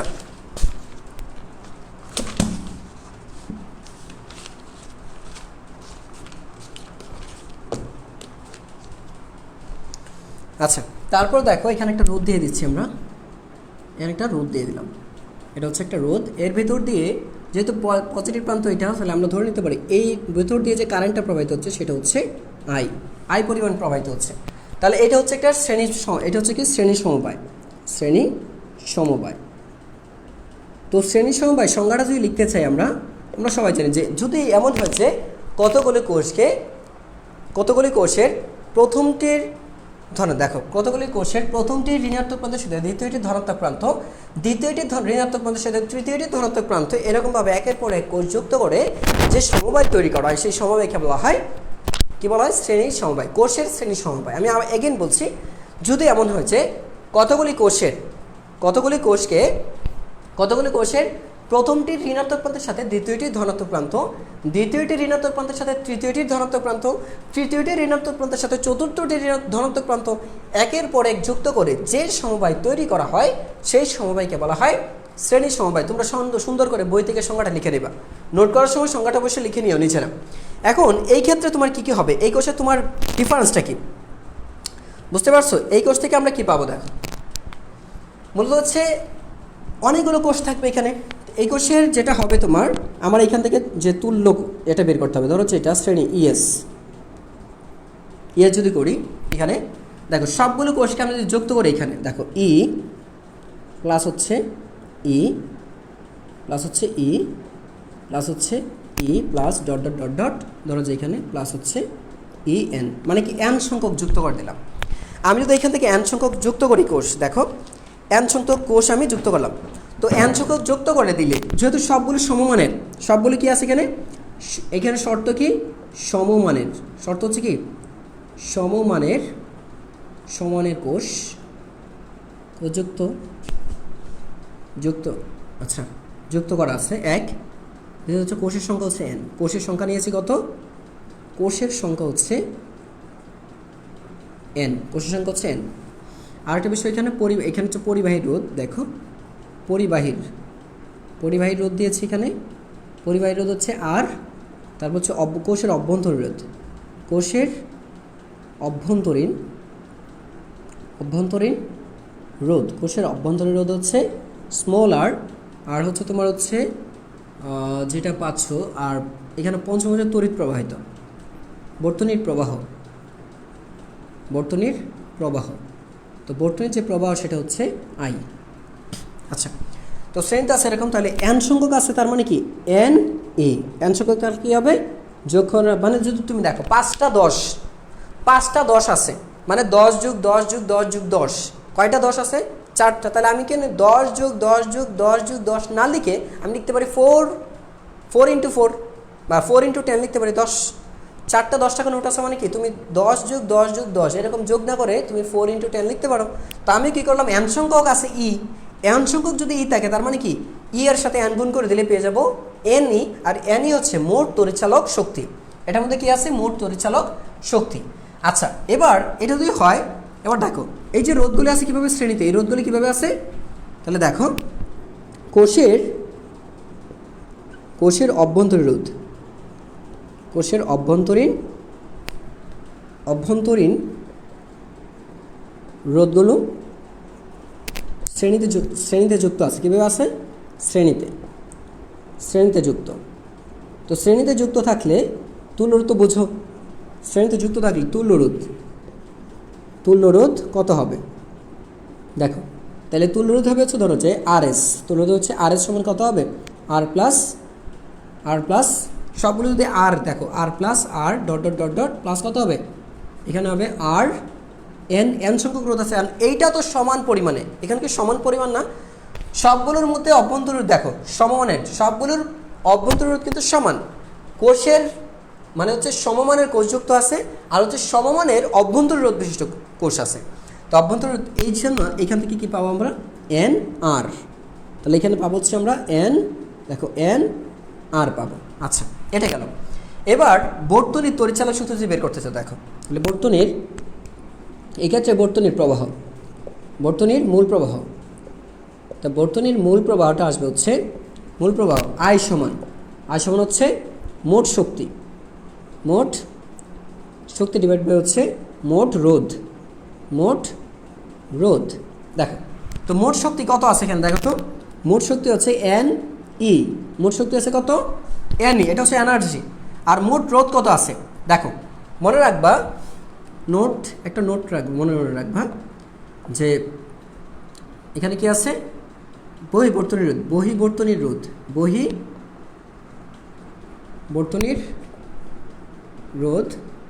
ও অভ্যন্তরীণ রোধ, বহিবর্তনীর রোধ ও অভ্যন্তরীণ রোধ শ্রেণীতে যুক্ত। সুতরাং মোট তুল্যরোধ এখানে যেটা পেয়েছে দেখো, এখানে কোষের অভ্যন্তরীণ রোধগুলোর তুল্যরোধ পেয়েছে, এটা হচ্ছে কোষের অভ্যন্তরীণ রোধের তুল্যরোধ। তাহলে মোট রোধ কত আছে, তাহলে মোট রোধ আছে হচ্ছে আর এস প্লাস হচ্ছে ক্যাপিটাল আর, এটা হচ্ছে মোট রোধ। আচ্ছা যদি এটা হয় তাহলে এখানে বসায় দাও, তাহলে বসাবে কি আর প্লাস এখানে এটা তো আর এস তাই না, তা এইখানে লিখতে পারি কি এন আর, তাহলে এইটাই হচ্ছে আমার এখানে কি পেয়েছি আমরা, এটা হচ্ছে এন। সুতরাং দেখো আই সমান পেয়েছি আমরা এন ই ডিভাইড বাই হচ্ছে আর প্লাস এন আর প্লাস এন আর। তাহলে এই সার্কিট থেকে আমরা কি পাচ্ছি, এই সার্কিট থেকে মূল প্রবাহ কত হবে সেটা বের করতে পারবো, এই সার্কিটের অভ্যন্তরীণ রোধের তুল্যরোধ কত সেটা বের করতে পারবো, এই সার্কিটের মোট শক্তি কত সেটা বের করতে পারবো। ঠিক আছে, এবার আমরা যে কাজটা করব, এই সার্কিটের সুবিধা কি, সার্কিটের সুবিধা দেখো, বিশেষ কারণগুলো দেখি। বিশেষ কারণ 1, যদি দেখো R is more greater than small r, দেখো আর ইজ গ্রেটার দেন এই এন আর হয়ে যায় এন আর। ঠিক আছে, যদি আর এর মানটা বহিবর্তনীয় যদি কোষের অভ্যন্তরীণ রোধের তুলনায় বেশি হয়ে যায়, খুব বড় মানের হয়ে যায়, তো সেই ক্ষেত্রে কী হবে, তাহলে সেই ক্ষেত্রে তোমার আই ইজিকলটা হবে, সেই ক্ষেত্রে আই সমান আসবে হচ্ছে তোমার এন ই ডিভাইড বাই হচ্ছে আর, এন ডিভাইড বাই আর সমান কি লিখতে পারো তুমি এখানে যে এন ইন্টু হচ্ছে ই বাই আর। দেখো এন এর অর্থ হচ্ছে, আচ্ছা এইটা গেল। আর দ্বিতীয় কেসটা বলতেছে যদি দেখো যে আর এর মানটা এন আর হচ্ছে খুব ছোট হয়ে যায়, দ্বিতীয় শর্ত বলতেছে কি, যদি এই যে বহিবর্তনীয় রোধ আছে, কোনটা বহিবর্তনীয় রোধ, এটা হচ্ছে বাইরের বর্তনীয় রোধ। তো দ্বিতীয় শর্তে বলতেছে যদি বাইরের রোধ যদি কোষের ভেতরের রোধ অপেক্ষা খুবই ক্ষুদ্র মানের হয়, খুব ছোট মানের হয়ে যায়, তাহলে আমার এইটা ইগনোর করা যায়, তখন এটাকে কি ইগনোর করা যায়, মানে এটা নিলেও যায় কথা, না নিলেও একই কথা। পৃথিবীর সাথে যদি আমার ভর কনসিডার করো, আমার ভর পৃথিবীর সাথে ধরলে কি আর না ধরলে কি, চিন্তা করে দেখো, একটা ট্রাকের সাথে যদি চিন্তা করো, একটা ট্রাক আর আমার ভর, কোথায় ট্রাক আর কোথায় আমার বর, আমার সাথে ট্রাকেরই কম্পেয়ার করা যায়, পৃথিবী তো আরও দূরের বিষয়, ওই বিশাল একটা কিছু। একটা ট্রাকের বরের তুলনায় আমার বর অতি নগণ্য, সো আমার ভরটা না ধরলেও হয়। ঠিক আছে, তাহলে এই ক্ষেত্রে তুমি যদি চিন্তা করো, তাহলে আমরা এই সূত্রটা কী দাঁড়াবে দেখো, তাহলে এখানে দাঁড়াবে হচ্ছে এন ই ডিভাইড বাই হচ্ছে কি আর তো নাই, তাহলে আসবে কি এন আর, তাহলে এখানে দাঁড়াচ্ছে কি আমার, তাহলে এইখানে দাঁড়াবে তোমার হচ্ছে দেখো যে E by R, E by R, E by আর।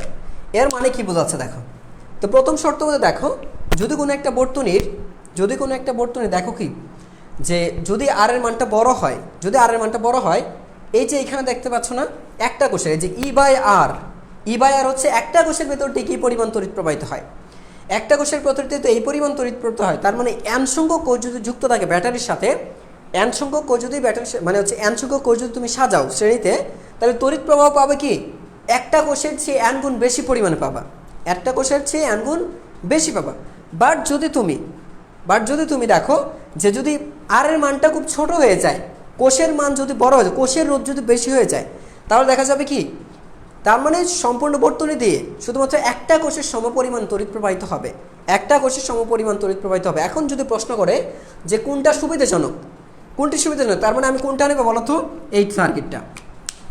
আমি কি করব, বর্তনীতে কি করতে হবে, অধিক পরিমাণে তড়িৎ প্রবাহের জন্য কোন শর্ত নেবা তুমি, তোমার বাসা বাড়িতে অধিক পরিমাণ তড়িৎ প্রবাহিতের জন্য তোমাকে যদি প্রশ্ন করা হয় তোমার শিল্প কারখানায় ব্যবহার উপযোগী কোন শর্তটা এখানে বলো তো, এইটা দিয়ে তো কারেন্টের সাপ্লাই সঠিকভাবে দেওয়া যাবে না, কারণ একটা কোষের সমপরিমাণ কারেন্ট প্রবাহিত হবে। যত কোষেই যুক্ত করো, হাজার কোষ যদি তুমি যুক্ত করো, শেষ পর্যন্ত তোমার একটাই পাওয়া যাবে, বুঝতে পারছো, শেষ পর্যন্ত তোমার একটাই পাওয়া যাবে। আর তুমি যদি এখানে অনেকগুলো কোষ যুক্ত করো, তার মানে তুমি প্রথম পদ্ধতি যদি সবসময় কী করতে হবে, শ্রেণী বর্তনীতে আর এর মানটা বড় রাখতে হবে। সুবিধাটা কি, যে সুবিধাজনক বর্তনী তৈরি করতে গেলে তোমাকে অবশ্যই শ্রেণী বর্তনীতে কোষগুলো শ্রেণীতে সাজানোর পরে তোমাকে বহির্বর্তনীর রোধ দিতে হবে বড়, আর অভ্যন্তরীণ রোধ থাকতে হবে ছোট, সেই ক্ষেত্রে তুমি যান্ত্রিক সুবিধাটা বেশি পাবা, বুঝতে পেরেছ। তাহলে কোনটা বেশি, যান্ত্রিক সুবিধা কোনটার বেশি লিখে রাখো, যান্ত্রিক সুবিধা কোনটার বেশি হবে, যান্ত্রিক সুবিধা হবে আর ইজ গ্রেটার দেন এন আর হলে, মানে হচ্ছে অধিক পরিমাণ তড়িৎ প্রবাহের জন্য তোমার করণীয় কি। প্রশ্নটা কিন্তু এরকম আসতে পারে, তোমাকে যদি প্রশ্ন করে যে কতগুলি কোষকে সমান্তরাল সাজানোর জন্য কোন শর্তে অধিক পরিমাণ তড়িৎ প্রবাহিত পাওয়া যাবে, অধিক পরিমাণ তড়িৎ প্রবাহ পাওয়া যাবে, তাহলে এই ক্ষেত্রে মাথায় রাখতে হবে অধিক পরিমাণ তড়িৎ প্রবাহ পাওয়ার জন্য তোমাকে যেটা করতে হবে, ঠিক আছে, এইটা থেকে কি পাও, এক অধিক পরিমাণ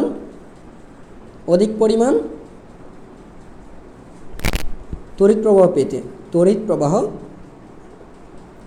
পেতে আর এর বহির্বর্তনীর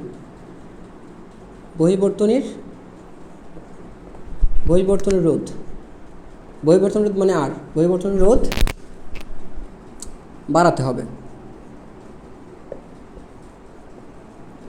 বুঝতে পেরেছ, মানে বড় নিতে হবে। বহির্বর্তনীর রোধ অভ্যন্তরীণ রোধ অপেক্ষায়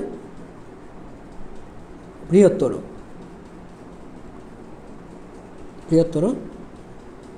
নিতে হবে। আচ্ছা, তারপর হচ্ছে তোমার যেটা করতে হবে, অধিক পরিমাণ তড়িৎ প্রবাহ, ওই একই কথা উল্টায় লিখবো, জাস্ট অধিক পরিমাণ তড়িৎ প্রবাহ পেতে অভ্যন্তরীণ রোধ অতি কী করতে হবে,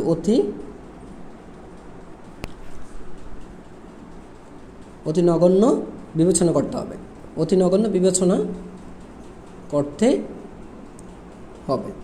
এটা ভেবে। তাহলে দেখো যদি প্রশ্ন করে যে কোষের অভ্যন্তরীণ রোধ, দেখো কোষের অভ্যন্তরীণ তুল্য রোধ নগণ্য হলে নগণ্য কোষের তড়িৎ প্রবাহ, কোষের তড়িৎ প্রবাহ n গুণ বেশি হবে, n গুণ বেশি পাওয়া যায়, n গুণ বেশি পাওয়া যায়। তো তুমি যদি n গুণ তড়িৎ প্রবাহ বেশি পেতে চাও, 2 গুণ 3 গুণ 4 গুণ 5 গুণ এই পরিমাণ কারেন্ট বেশি পেতে গেলে তোমাকে অবশ্যই এই যে শ্রেণী সমবায়ের সার্কিটের জন্য অভ্যন্তরীণ রোধটা একদম নগণ্য নিতে হবে, আর বহির্বর্তনী রোধটা অনেক বড় নিতে হবে। বাস, বুঝতে পেরেছো? তাহলে সুবিধাজনক হচ্ছে এটা, এই শর্তটা ফিল আপ করতে হবে তোমাকে। তো যাই হোক, আমি মুছে দিচ্ছি এটা, তাহলে মুছে দিলাম। তাহলে এটা আমি, তো আমাদের শ্রেণী বর্তনী শেষ। এবার আমরা যাব সমান্তরাল বর্তনীতে। দেখো ওইটাও সহজ। তো সমান্তরাল বর্তনী যদি আমরা নিতে চাই, এই কাজটা করব।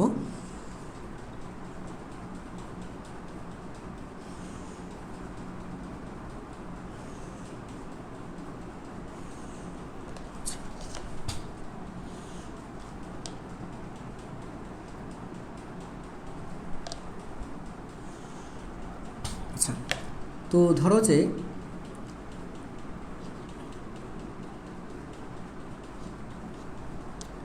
এরকমভাবে 3টা কোষ নেব। তো এইখানে একটা কোষ নিলাম, এই একটা কোষ, ধরো যে এখানে একটা কোষ নিলাম, এখানে একটা কোষ নিলাম। এই যে 3টা কোষ নিয়েছি আমরা,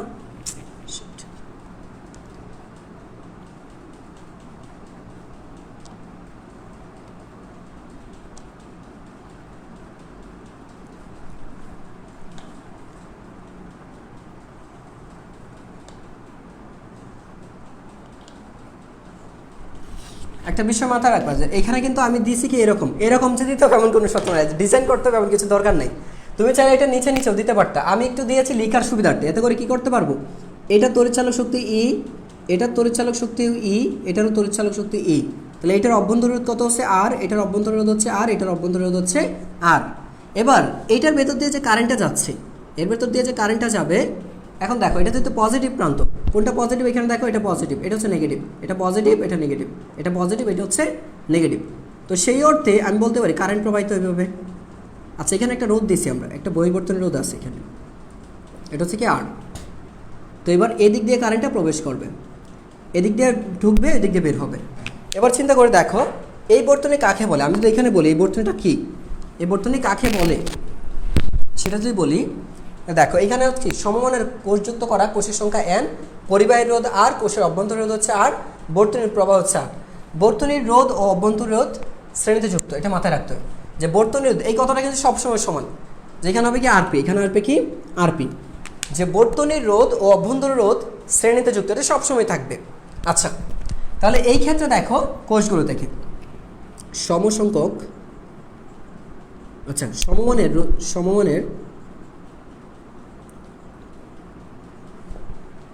কোষের, আচ্ছা সংজ্ঞাটা দিতে চাকে কেন, দেখো সমমানের কোষের প্রতিটি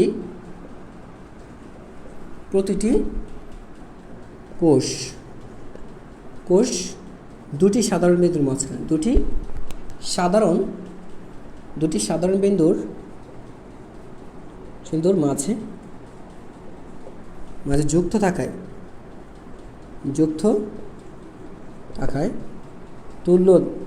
তাদের তুল্য তড়িৎচালক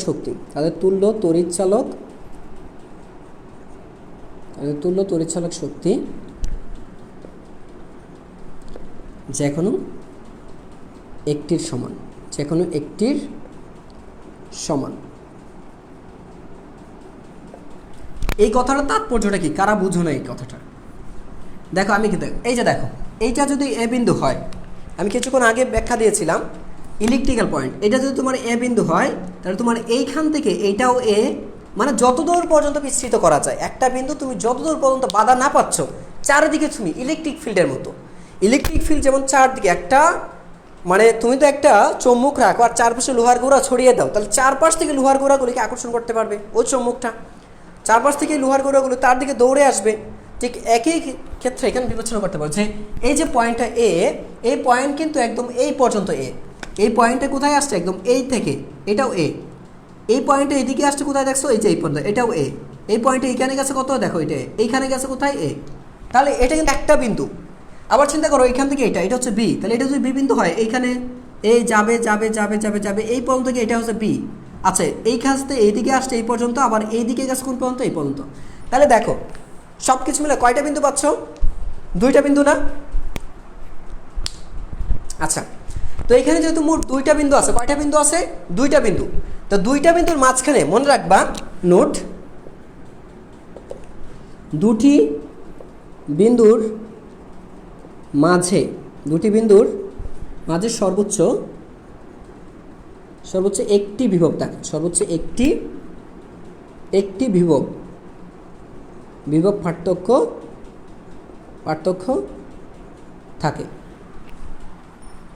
বুঝতে পেরেছ? দুইটি বিন্দুর মাঝখানে সর্বোচ্চ একটা বিভব পার্থক্য থাকতে পারে। তাহলে বিন্দু যেহেতু দুইটা, দেখো এ বি, এটাও এ বি, এটাও এ বি, তাহলে যেহেতু বিন্দুর মাত্র এ বি, দুইটা বিন্দুই আছে, এই দুইটা বিন্দুর মাঝখানে কয়টা বিভব থাকবে, একটা বিভব থাকবে, এবং এই একটা বিভব হচ্ছে তড়িৎ চালক শক্তির সমান। এখানে বুঝছো? তাহলে এখানে বিভব পার্থক্য মানে মনে রাখবা এই যে বিভব পার্থক্যটা, এই যে বিভব পার্থক্য মানে এখানে তড়িৎ চালক শক্তি। বিভব পার্থক্য মানে কি, তড়িৎ চালক শক্তি বা বল, তড়িৎ চালক শক্তি বা বল। ঠিক আছে? তার মানে এইখানে তড়িৎ চালক শক্তি হচ্ছে তোমার ই। তাহলে মোট তড়িৎ চালক শক্তি দেখো, তাহলে মোট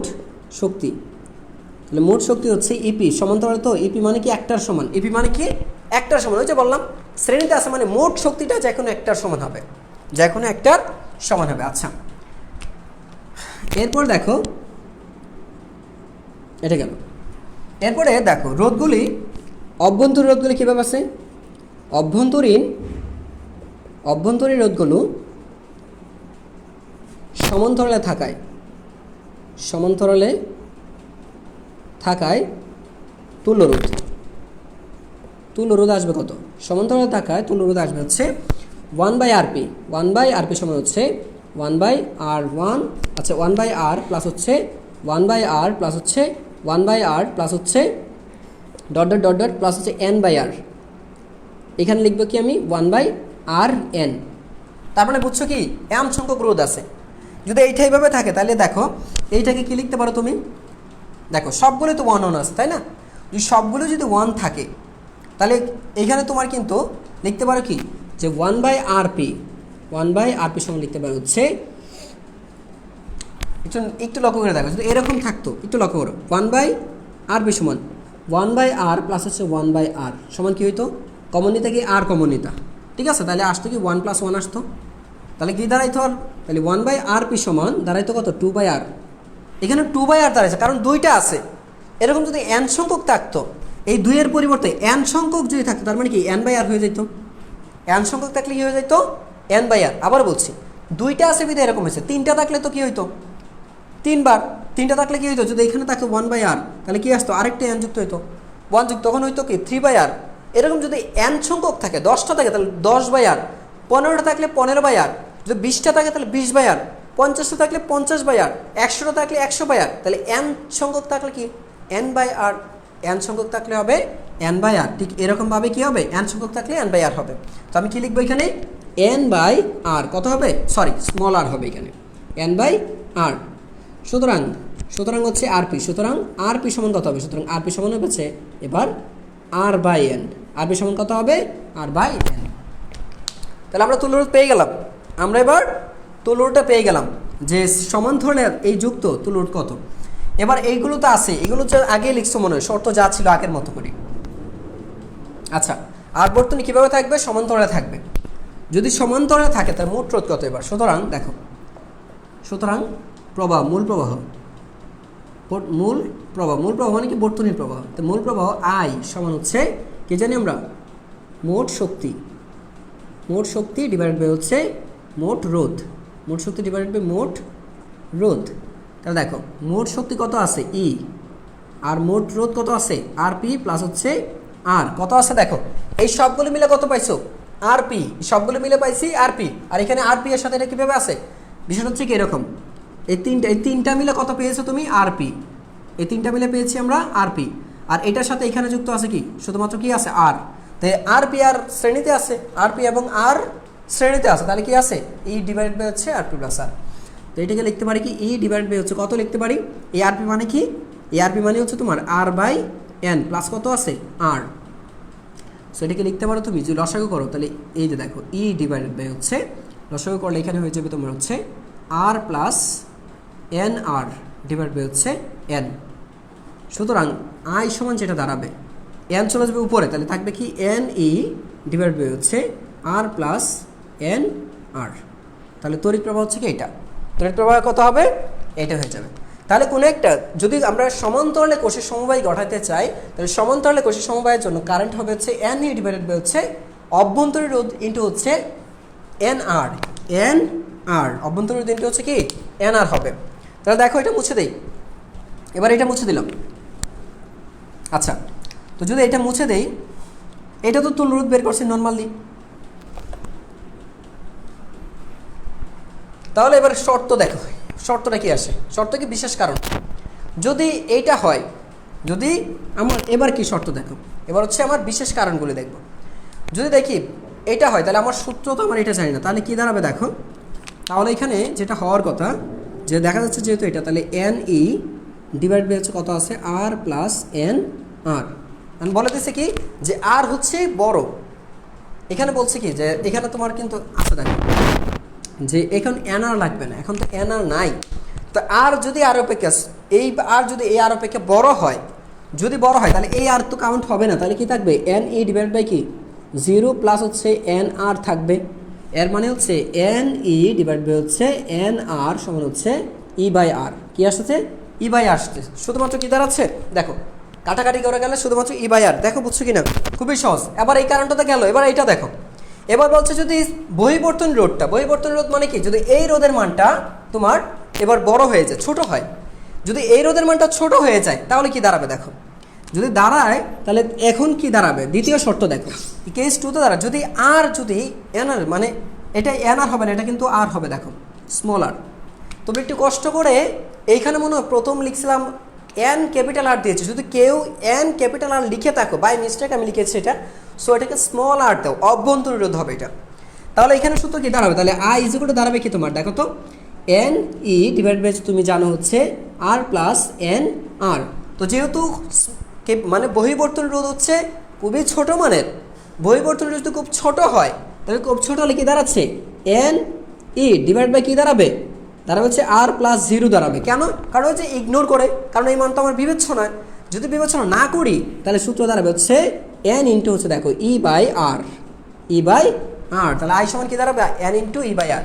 তাহলে বিষয়টা কি দাঁড়াচ্ছে দেখো, এখন যান্ত্রিক সুবিধাটা কীভাবে পাবো, তুমি এখন অধিক পরিমাণে তড়িৎ প্রবাহ পাওয়ার জন্য এখন ব্যবহার করতে হবে কি, এই সার্কিটের ব্যবহার করতে হবে কি, এইটাকে ছোট ধরতে হবে, এই সার্কিটে ধরতে হবে কি এটা। তাহলে কি করতে পারবো, তাহলে দেখো অধিক পরিমাণ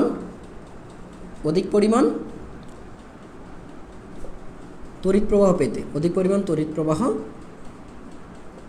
পেতে বহিবর্তন রোধ,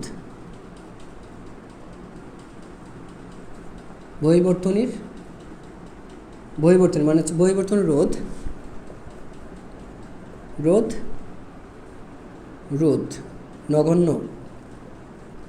নগণ্য ধরতে হবে, নগণ্য ধরতে হবে,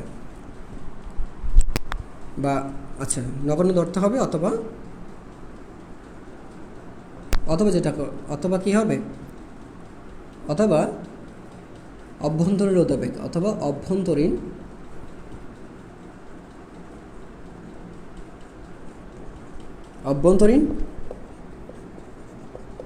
রোধ অপেক্ষা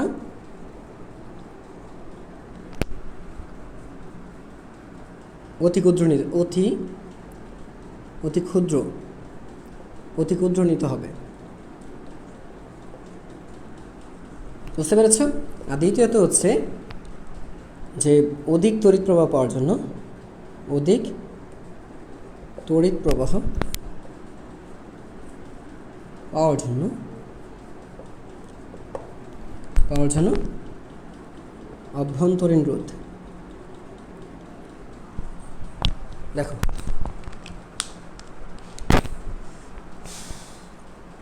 কি করতে হবে? অভ্যন্তরীণ রোধ, অভ্যন্তরীণ রোধ বড় নিতে হবে, বড় বড় আচ্ছা বড় বিবেচনা করতে হবে, বড় বিবেচনা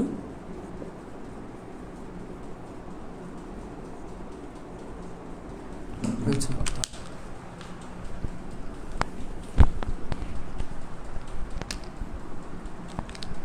এই তো যান্ত্রিক সুবিধা কি? তাহলে নোট সুবিধাটা কি?